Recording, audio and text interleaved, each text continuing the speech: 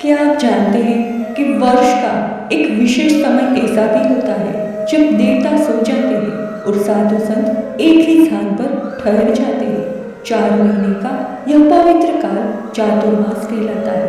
एक ऐसा समय जो तप, साधना, व्रत और संयम का प्रतीक है। हिंदू धर्म में यह समय न केवल धार्मिक गतिविधियों से जुड़ा है, बल्कि जीवन के आंतरिक परिवर्तन और आत्मिक जागरूकता का भी प्रतीक माना जाता है। नमस्कार, स्वागत है आपका आज के इस विशेष आध्यात्मिक वीडियो में। आज हम बात करेंगे उस समय के बारे में जिसे हिंदू धर्म में सबसे पवित्र और संयमित माना गया है, चातुर्मास 2025। क्या आप जानते हैं कि इस वर्ष चातुर्मास 6 जुलाई 2025 से शुरू होकर 1 नवंबर 2025 तक चलेगा। इन 4 महीनों में भगवान विष्णु योग निद्रा में चले जाते हैं और धरती पर आध्यात्म का विशेष समय शुरू होता है। इस वीडियो में हम जानेंगे चातुर्मास कब से कब तक रहेगा, इस दौरान क्या करना चाहिए और क्या नहीं, आध्यात्मिक लाभ और धार्मिक महत्व क्या है। तो चलिए शुरुआत करते हैं इस आध्यात्मिक यात्रा की चातुर्मास के दिव्य रहस्यों के साथ। सबसे पहले जानते हैं कि चातुर्मास क्या है।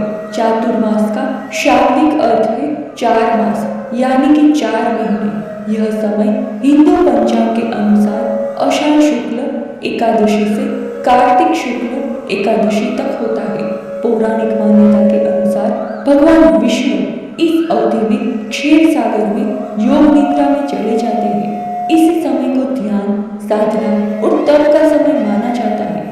यह समय सिर्फ उपासना का नहीं, बल्कि आत्मसंयम और आध्यात्मिक अनुशासन का है। अब जानते हैं चातुर्मास 2025 की तिथियों के बारे में। चातुर्मास का आरंभ 6 जुलाई 2025 देवशयनी एकादशी से होता है और समापन 1 नवंबर 2025 देव उठनी एकादशी को होगा। इन दोनों तिथियों का अपना विशेष धार्मिक महत्व है। देवशयनी एकादशी को भगवान विष्णु योग निद्रा में जाते हैं और देव उठनी एकादशी को पुनः जागते हैं। अब जानते हैं कि चातुर्मास में क्या वर्जित है।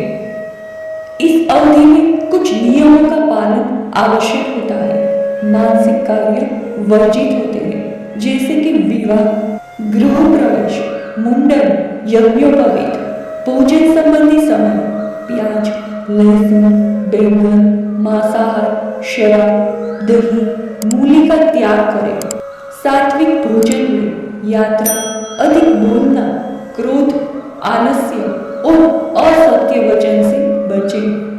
चातुर्मास के दौरान इन कार्यों को अवश्य करें, जैसे कि प्रतिदिन पूजा और मंत्र जाप करें। विशेष रूप से विष्णु सहस्त्रनाम, श्रीमद् भगवत का पाठ करें।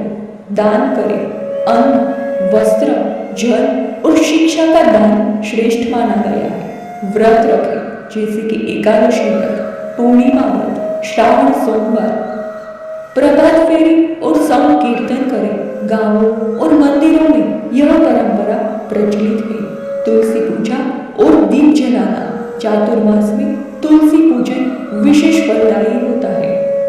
मान्यता है कि चातुर्मास के समय सभी तीर्थस्थल ब्रजमंडल में आकर वास करते हैं। इसीलिए इस दौरान वृंदावन, गोकुल, मथुरा की यात्रा करना अत्यंत पुण्यदायी होता है।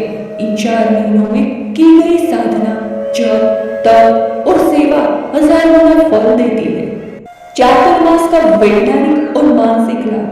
ऋतु परिवर्तन के कारण शरीर को विश्राम और शुद्ध भोजन की जरूरत होती है। मानसिक रूप से यह समय ध्यान और अंतर्मुखी होने का उत्तम अवसर है। आत्म अनुशासन, ध्यान और मौन आपके जीवन में स्थिरता लाते हैं। तो दर्शकों, आपने जाना चातुर्मास 2025 कब से शुरू होगा, कौन से नियम मानने चाहिए और किन बातों से बचना चाहिए। अगर आपको ये जानकारी उपयोगी लगी हो तो कृपया इस वीडियो को लाइक करें, सब्सक्राइब करें